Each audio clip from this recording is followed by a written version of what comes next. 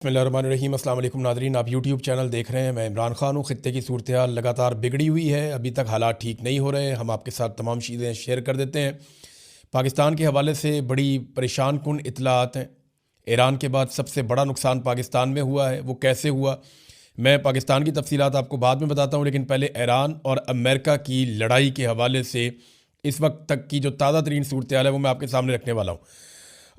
लड़ाई में बहुत सारे और ममालिक अब कूदना शुरू हो गए हैं, जिनमें सबसे पहले बरतानवी वज़ीर आज़म ने अमेरिका को अपनी मिलिट्री बेसिस ईरान पर हमलों के लिए इस्तेमाल करने की इजाज़त दे दी है। इससे पहले बरतानिया ने मना किया था, लेकिन क्योंकि अमेरिका के जो भी हथियार ईरान की रेंज में है, तो ईरान लगातार उनके ऊपर अटैक कर रहा है और शायद इस सूरत हाल का अंदाज़ा नहीं था अमेरिका को। तो अब बरतानवी बेसिस को इस्तेमाल करना चाहता है अमेरिका। उससे ज़रा फ़ायदा ये होगा कि कुछ बेसिस ईरान की रेंज से बाहर हैं। एक ये भी इतला आई है कि साइप्रस जो है वो तुर्की के पास है और यूनान के पास है आधा, और बीच में कुछ एरिया जो है वो बरतानिया के पास भी है, और वहाँ पे बरतानिया की मिलिट्री बेस है। उसके ऊपर भी ईरान ने मिसाइल दागा है, वहाँ पे भी हमला किया है। और फ्रांस, जर्मनी और बरतानिया का एक मुश्तरका बयान भी आया, यानी अब ये ममालिक आहिस्ता आहिस्ता इस जंग का हिस्सा बनने की तरफ आ रहे हैं। ये जो मुश्तरका बयान है, इसमें इन ममालिक ने कहा कि ज़रूरत पड़ी तो ईरान के ख़िलाफ़ दिफाई कार्रवाई करने का पूरा हक रखते हैं, यानी हम भी एक अस्करी कार्रवाई कर सकते हैं ईरान के ख़िलाफ़।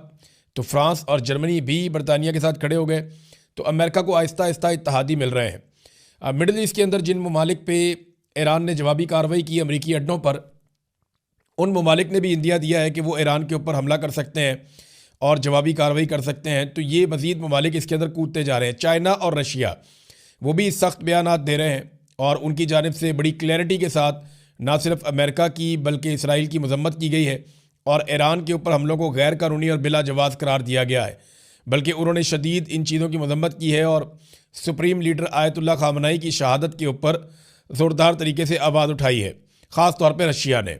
लबनान से हिज़्बुल्लाह ने इसराइल के ऊपर मिसाइल दाग दिए हैं। देखें, हिज़्बुल्लाह जो है इसको ईरान ने हमेशा सपोर्ट किया है, और लबनान में हिज़्बुल्लाह की जड़ें हैं, और इसराइल को इस बात का पता था। इसराइल काफ़ी अरसे से लबनान के ऊपर बार बार अटैक करता है, लेकिन इस वक्त क्योंकि इसराइल ख़ुद बहुत बुरी तरह हमलों की जद में है, तो लबनान की जानिब से हिज़्बुल्लाह ने इसराइल के ऊपर मिसाइल दागे हैं। अब तक की इतला के मुताबिक 6 मिसाइल आकर लगे हैं। ये सूरत हाल है जो बाकी ममालिक इसमें आहिस्ता आहिस्ता कूद रहे हैं, इसका हिस्सा बन रहे हैं। ईरान पर हमले बहुत शिद्दत से हो रहे हैं। दूसरी जानिब ईरान भी मिसाइलों की बारिश कर रहा है। अब कुछ मनाजिर ऐसे देखे हमने, जो लोग वीडियोस बना के ये दिखा रहे हैं कि ईरान ने इसराइल के ऊपर बाज़ टाइम पे ऐसा दिखाई दिया जैसे मिसाइलों की बारिश कर दी। बहुत ज़्यादा मिसाइल जाकर गिरे हैं, और जो कतर के अंदर अमरीकी बेसिस हैं वहाँ पे बहुत ज़्यादा ईरानी मिसाइल जाकर गिरे हैं। और कुछ मिसाइल अब वो ये बता रहे हैं कि पहले जो मिसाइल आ रहे थे उनकी रफ्तार और तरह थी, वो दिखाई भी दे रहे थे, लेकिन अब जो मिसाइल आ रहे हैं वो तो दिखाई भी नहीं देते, बहुत रफ्तार से आ रहे हैं। उनका सिर्फ धमाका सुनाई देता है और वो सिर्फ आवाज़ आती है उनकी। तो अब ईरान जो है वो हाइपरसोनिक या बहुत जदीद हथियार इस्तेमाल करना शुरू हो गया। ईरान के पास हथियार हैं कितने, इसके बारे में मैं आपको ये बताता हूँ, क्योंकि बहुत सारे लोग ये सवाल पूछ रहे हैं कि ईरान के पास कितने मिसाइल हैं और वो कितने दिनों तक इन मिसाइलों का इस्तेमाल कर सकता है। तो ये ज़ख़ीरे के बारे में ना कोई भी मुस्तनद इन्फॉर्मेशन नहीं है। अमेरिका और इसराइल के जो सोर्सेज हैं उनका अंदाज़ा है कि ईरान के पास 3 से 5 हज़ार मिसाइल हैं, और ये ऐसे मिसाइल हैं जो खौफनाक मिसाइल हैं। यानी अगर वो रोज़ाना भी 100-150 मिसाइल चलाए, 200 मिसाइल चलाए, तो तब भी वो 1 महीने तक ये लड़ाई लड़ सकता है। यानी 3000 से लेकर लगभग 5000 तक के मिसाइलों का एस्टीमेट है अमेरिका के पास और इसराइल के पास। जबकि ईरान का ये दावा है कि उनके पास बहुत बड़ी मिकदार में मिसाइल हैं। जो पुराने मिसाइल हैं ईरान के पास, जो वो हमेशा से इस्तेमाल करता चला है रवायती मिसाइल, वो तो उन्होंने बहुत सारे बनाए हुए हैं, लेकिन जो जदीद मिसाइल हैं उनकी गिनती थोड़ी है। लेकिन अमेरिका के और इसराइल के मुताबिक, और जो कुछ तखमीने आलमी सतह पे दिफाई इदारों ने और तंजीमों ने लगाए हुए हैं, या जो उन्होंने सोर्सेज से इंफॉर्मेशन इकट्ठी की है, उसमें वो अगर बहुत ज़्यादा भी हैं तो वो 5000 कहे जाते हैं। कुछ सोर्सेज ये भी कहते हैं कि 8000 तक हैं। तो ईरान काफ़ी देर तक ये लड़ाई कर सकता है। अगर वो इस लड़ाई को वक्फे के साथ करे तो वो काफ़ी नुकसान भी पहुंचा सकता है।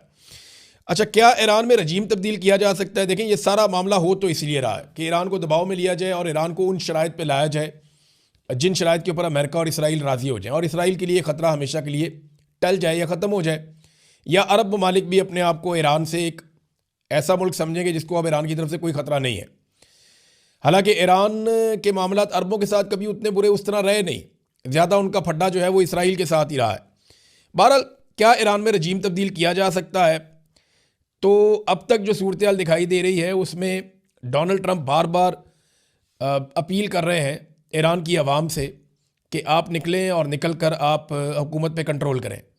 और डोनाल्ड ट्रंप बार बार अपील कर रहे हैं ईरानी फोर्सेस पे, धमकी भी लगाते हैं, अपील भी करते हैं कि जनाब आप हथियार फेंक दें और इस लड़ाई का हिस्सा ना बने और आप हुकूमत की बात ना सुने। इस किस्म के पैगामात जो हैं वो हैकर्स फैला भी रहे हैं और जो मुसाद है इसराइली एजेंसी वो बहुत ज़्यादा इसमें प्रोपेगेंडा करने में तेज़ है। वो वहाँ पे ईरान के अंदर भी प्रोपेगेंडा करवा रहे हैं, लेकिन इसके बावजूद जो बात साफ दिखाई देती है, ज़मीन पर उतरे बगैर ईरान में रजीम चेंज करना शायद मुमकिन नहीं होगा। आयतुल्लाह ख़ामनेई जो हैं वो, उनकी उम्र देखें ना, अब 86 साल उनकी उम्र थी। इस उम्र के अंदर वो शहीद हो गए। जितना उनकी ज़िंदगी ने फ़ायदा दिया ना ईरानियों को, उतना ही उनकी शहादत ने भी फ़ायदा दे दिया। यानी जो उन्हें इस बात का आइडिया था, अब कुछ लोग ये कह रहे हैं तज्ज़ियाकार के आयतुल्लाह ख़ामनेई खुद शहीद होना चाहते थे और उनकी ये ख्वाहिश थी कि उनको शहीद कर दिया जाए, क्योंकि वो ये जानते थे कि अगर उन्हें शहीद कर दिया गया तो उसके बाद ईरान में रजीम चेंज करना जो है वो बहुत मुश्किल हो जाएगा, क्योंकि आवाम की एक बहुत बड़ी वेव खड़ी हो जाएगी और एक बड़ी हमदर्दी मिल जाएगी आयतुल्लाह ख़ामनेई और उनके हमायतियों को। तो उसके बाद रजीम चेंज करना शायद मुमकिन नहीं रहेगा। तो अब यही सूरत हाल ईरान में देख रहे हैं, बहुत बड़े बड़े मुजाहरे हो रहे हैं, बहुत बड़ी तादाद में लोग यकजहती के लिए निकल रहे हैं, अमेरिका के ख़िलाफ़ निकल रहे हैं, इसराइल के ख़िलाफ़ निकल रहे हैं। तो ये चीज़ें नॉर्मली जंग के दिनों में ऐसे होती नहीं, लेकिन यहाँ पे हम होती हुई देख रहे हैं।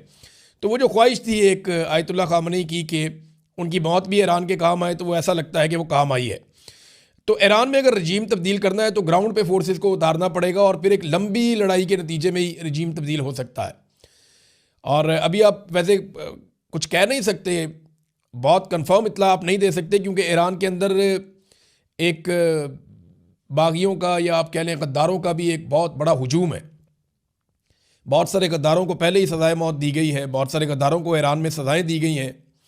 और ये भी अभी जो जिन लोगों ने ये इन्फॉर्मेशन दी है, जो जासूसी करते रहे हैं, वो भी ईरान के अंदर ही मौजूद हैं सारे लोग। तो ये आप कह नहीं सकते कुछ कि कल क्या हो जाएगा, लेकिन रजीम तब्दील करने के लिए ऐसा लगता है कि ज़मीन पे आना पड़ेगा। और यही सूरत हाल जो है वो अफ़गानिस्तान की भी है। अगर अफ़गानिस्तान के अंदर पाकिस्तान चाहता है कि रजीम तब्दील कर दिया जाए तो ग्राउंड फोर्सेस के वहाँ पे जाकर कंट्रोल करने तक ये नहीं हो सकेगा। देखिए ना, अमेरिकन ने जब अफ़गानिस्तान में रजीम तब्दील किया था 9/11 के बाद, तो वो तब तक नहीं हुआ था जब तक कि अमेरिकन फोर्सेस ग्राउंड पे नहीं उतर गई थी और फिर उन्होंने अपनी कठपुतली हुकूमत बनाई थी। अगर पाकिस्तान ये चाहता है कि अफ़गानिस्तान के अंदर हुकूमत तब्दील हो जाए तो वो खाली हवा से बम मार के या मिसाइल मार के आप नहीं कर सकते। ये तालिबान जाएंगे, जाके पहाड़ों में छुप जाएंगे, वहाँ से हुकूमत चलाएंगे, कोई और हुकूमत कंट्रोल कर ही नहीं पाएगा, ये उनको मारेंगे। तो आपको ग्राउंड के ऊपर मुस्तकिल अपनी फ़ौज बैठानी पड़ेगी अगर रजीम तब्दील करना है। और यही सूरत हाल ईरान की है। अभी जो एक बड़ा अटैक हुआ है वो चाबहार की जो बंदरगाह है ईरान की, जिस पे चाइना ने बहुत इन्वेस्टमेंट की हुई है, वहाँ पे इसराइली और अमरीकी तैयारे बमबारी कर रहे हैं। और ये चाबहार की जो बंदरगाह है लगभग 70-80 मील दूर है पाकिस्तान गवादर से, ज़्यादा दूर नहीं है। उस तरफ जो है वो चाबहार की बंदरगाह है, इस तरफ जो है वो बंदरगाह है